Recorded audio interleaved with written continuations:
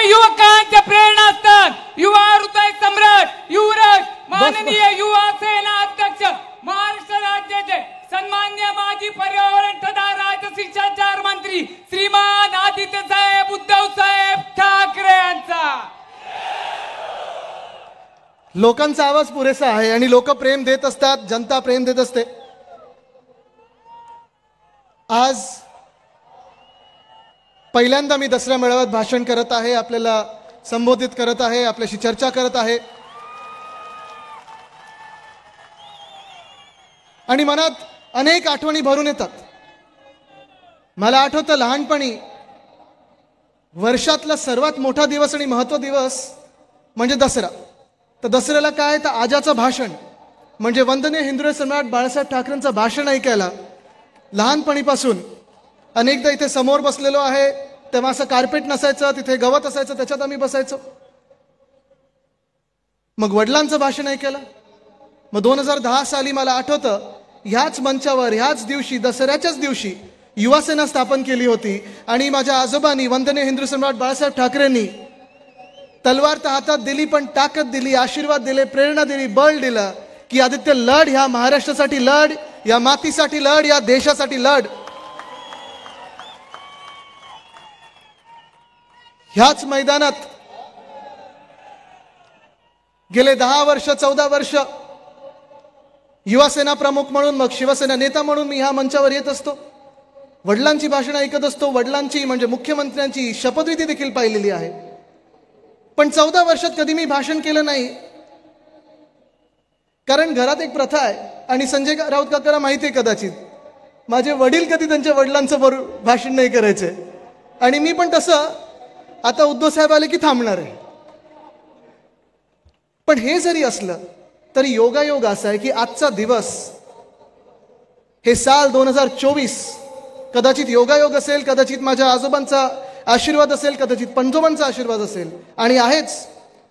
त्यांनी कदाचित मला सांगितलं असेल की आदित्य हा क्षण फार महत्वाचा आहे, हे साल फार महत्वाचं आहे, ही लढाई सर्वात मोठी आणि सर्वात महत्वाची लढाई ही आत्ताची येणारी लढाई आहे.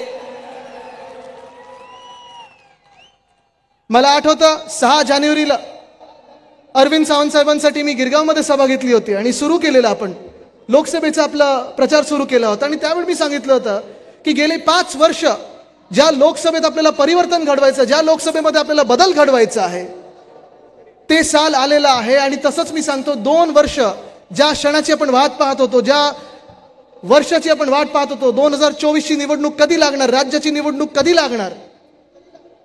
हा, कदाचित मला काल परवाकडे कोणीतरी एकाने सांगितलेलं आहे, एका अधिकाऱ्यांनी, कारण आता चर्चा सुरू आहे. भास्कर जाधव साहेब, आपल्याला देखील माहिती असेल चर्चा सुरू आहे की आपण सगळे आमदार म्हणून जेव्हा निवडणुकीला सामोरी जातो, आता हे सरकार तर शेवटच्या मिनिटाला हजारो कॅबिनेटचे निर्णय घेते. ज्यांना काय काय महामंडळ असतील, मंडळ असतील, ज्यांना बनवायचं त्यांना बनवते, म्हणजे महामंडळ वगैरे बनवतच आहे, पण जे काही बनवायचं ते बनवतं. पण मला एकाने सांगितलं की आदित्य, आचारसंहिता लवकर लागणार नाही, जोपर्यंत अदानीची सगळी कामं आणि सगळे GR निघत नाहीत तोपर्यंत आचारसंहिता लागणार नाही, असं मला एका अधिकाऱ्याने सांगितलं. आणि म्हणून ही लढाई फार महत्वाची ठरते.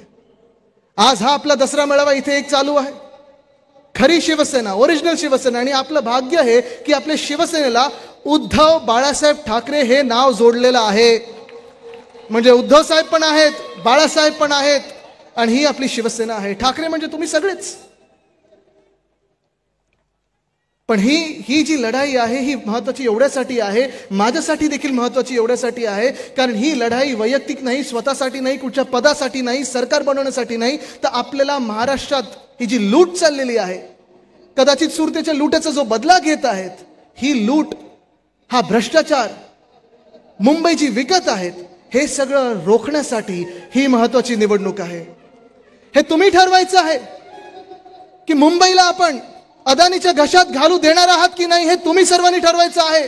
हा निर्णय तुमच्या हातात राहणार आहे.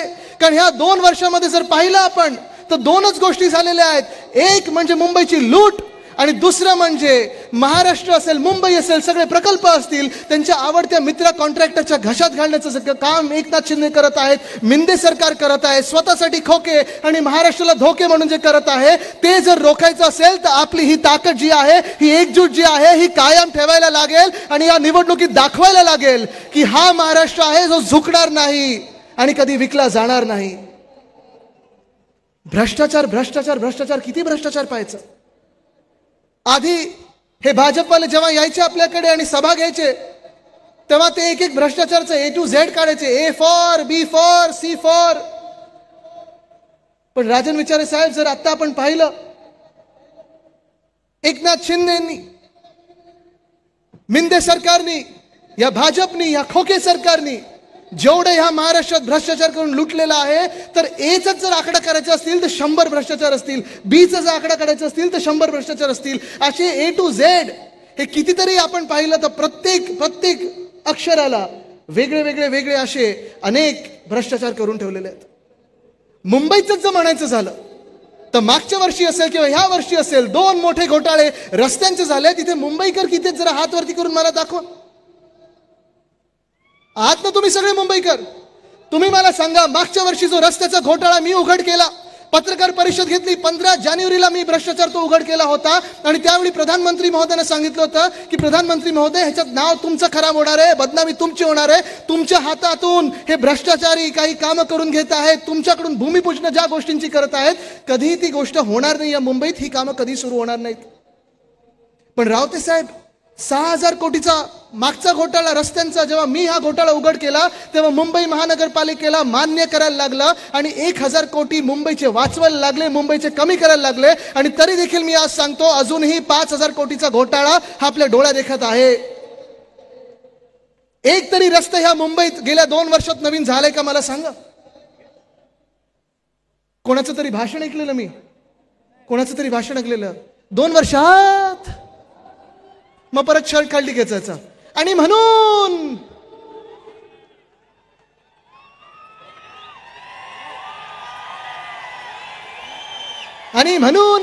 आता आज किती वेळा म्हणणार आहेत मला माहित नाही. पण असे म्हणत म्हणत आपल्याला आपल्यामध्ये व्यस्त ठेवत, आपल्याला जातीय दंगलींमध्ये असेल, धर्मांच्या दंगलींमध्ये असेल, काही वादांमध्ये असेल, काही वेगळ्या विचारांमध्ये असेल, आपल्याला व्यस्त ठेवून हे खोके सरकार जे आहे, 50 खोके तर खाल्ले, पण प्रत्येक दिवशी हे सरकार खोके आणि खोके महाराष्ट्रातून काढत आहे, मुंबईतून काढत आहे. जसा मागच्या वर्षीचा रस्त्याचा घोटाळा होता, या वर्षी देखील त्यांनी 6,000 कोटीचा रस्त्याचा घोटाळा केलेला आहे. मी आज मुंबई महानगरपालिकेच्या आधीच्या पण आयुक्तांना सांगत आहे आणि आत्ताच्या पण आयुक्तांना सांगत आहे, याद राखा, जर तुम्ही याच्यावर सही केली तर 1 तरी रुपया तुम्ही त्या कॉन्ट्रॅक्टरने दिला, 1 तरी रुपया तुम्ही या खोके सरकारला दिला. एका महिन्यात आमचं सरकार येत आहे, आल्यानंतर तुम्ही विचार करा, आत राहायचंय की बाहेर थांबायचंय. पण एक सुद्धा गोष्ट अशी नाही याची त्यांनी सोडली नसेल. प्रत्येक गोष्टी, तो आनंदाचा शिदा काय त्याच्यात घोटाळा, युनिफॉर्म असेल त्याच्यात घोटाळा. आज महाराष्ट्रात जाऊन पहा, शाळेचे युनिफॉर्म कितीतरी लाख देणार होते, पण एक तरी विद्यार्थ्याला युनिफॉर्म मिळालाय का ते पण दाखवलं. बघा बघा, क्वालिटी आहे, स्टँडर्ड आहे. काय क्वालिटी, काय स्टँडर्ड. दोन्ही वेळा जेव्हा डॅव्हॉसला तुम्ही गेलात, देसाई साहेब, तुम्ही आणि मी आपण गेलो होतो डॅव्हॉसला, बरोबर आहे ना? आणि तेव्हा देसाई साहेब जेव्हा उद्योग मंत्री होते, त्या डॅव्हॉस मधून आमच्या एका दौऱ्यातून, 4 दिवसाच्या दौऱ्यातून आम्ही या महाराष्ट्रासाठी 80,000 कोटीची गुंतवणूक आणून दाखवली होती. पण हेच मिंदे सरकार, हेच खोके सरकार गेलं डॅव्हॉसला. मागच्या वर्षी पण गेलं, ह्या वर्षी पण गेलं. आणि तुम्हाला आश्चर्य वाटेल, 24 तासात आणि दुसऱ्या वेळी 28 तासात 40 ते 45 कोटी ह्या 2 दिवसाच्या दौऱ्यांमध्ये उडवलेले आहेत. 40 ते 45 कोटी. खैरे साहेब, शक्य आहे का एवढं उडवणं? शक्यच नाहीये. पण ह्या माणसांनी उडवून दाखवले. आज आपण बघतोय आनंद शिद्यात घोटाळा, युनिफॉर्म मध्ये घोटाळा, रस्त्यामध्ये घोटाळा, स्ट्रीट फर्निचर मध्ये घोटाळा, झाडांच्या कुंड्यांमध्ये घोटाळा, झाडं लावण्यात घोटाळा, मुंबईचे कुठचेही महामार्ग असतील घोटाळा, सॅनिटरी पॅड वेंडिंग मशीन मध्ये घोटाळा, सॅनिटरी पॅड मध्ये घोटाळा.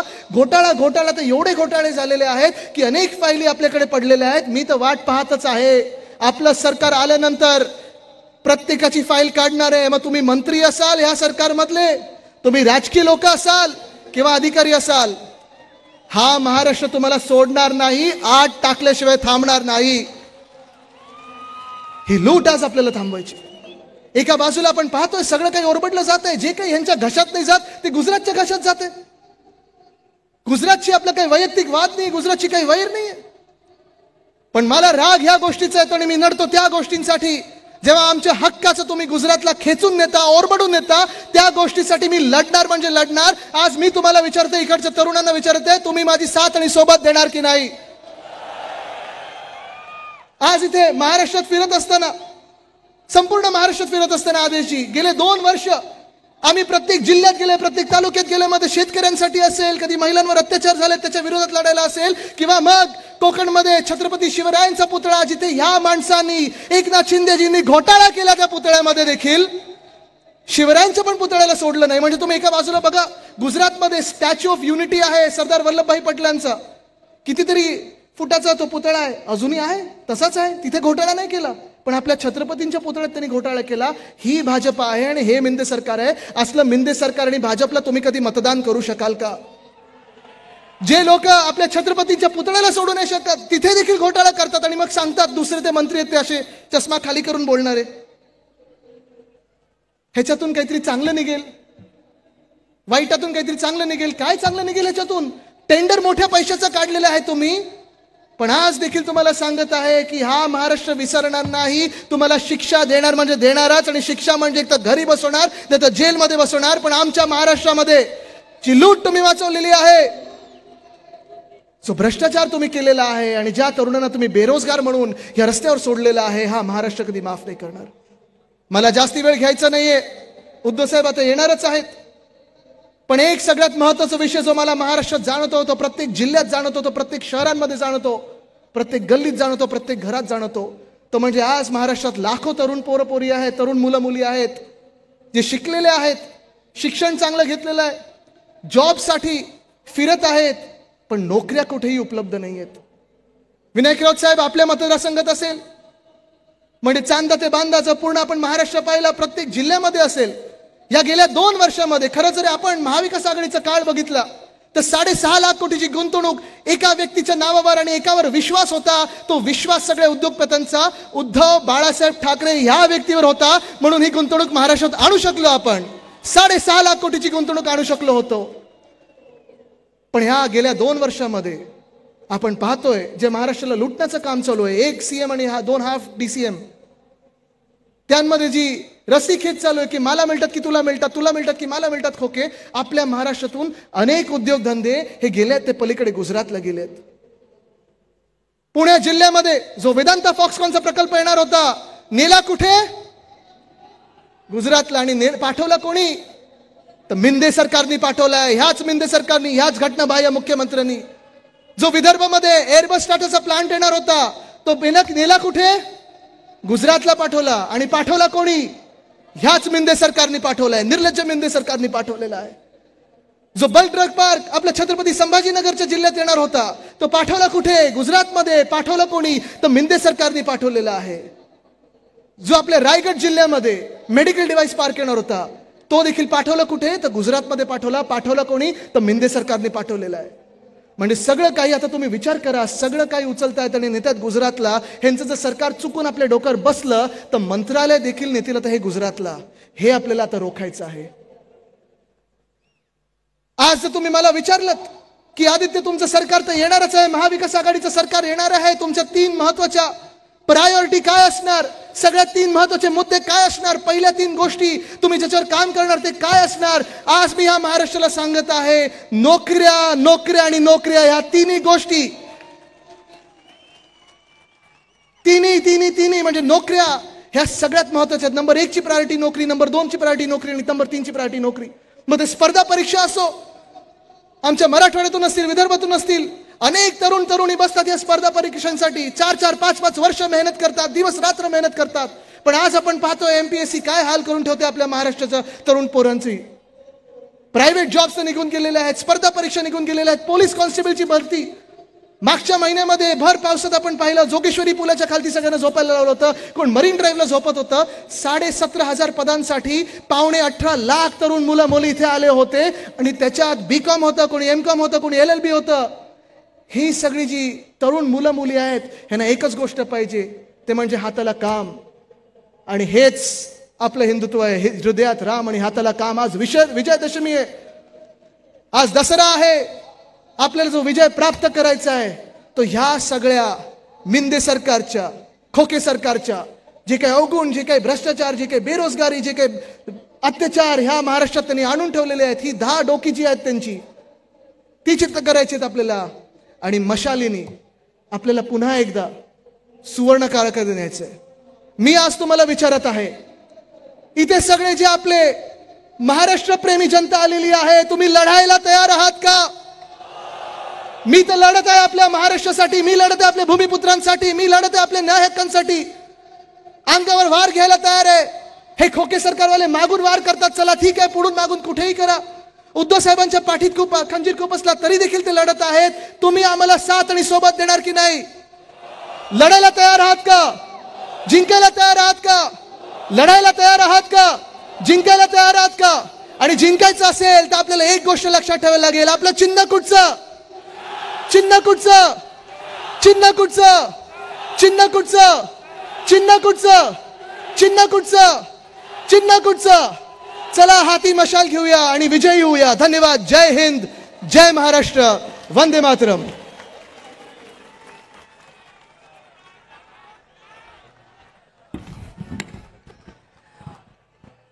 धन्यवाद आदित्यजी. आज पहिल्यांदा आपण या शिवतीर्थावर आपले विचार मांडलेले आहेत.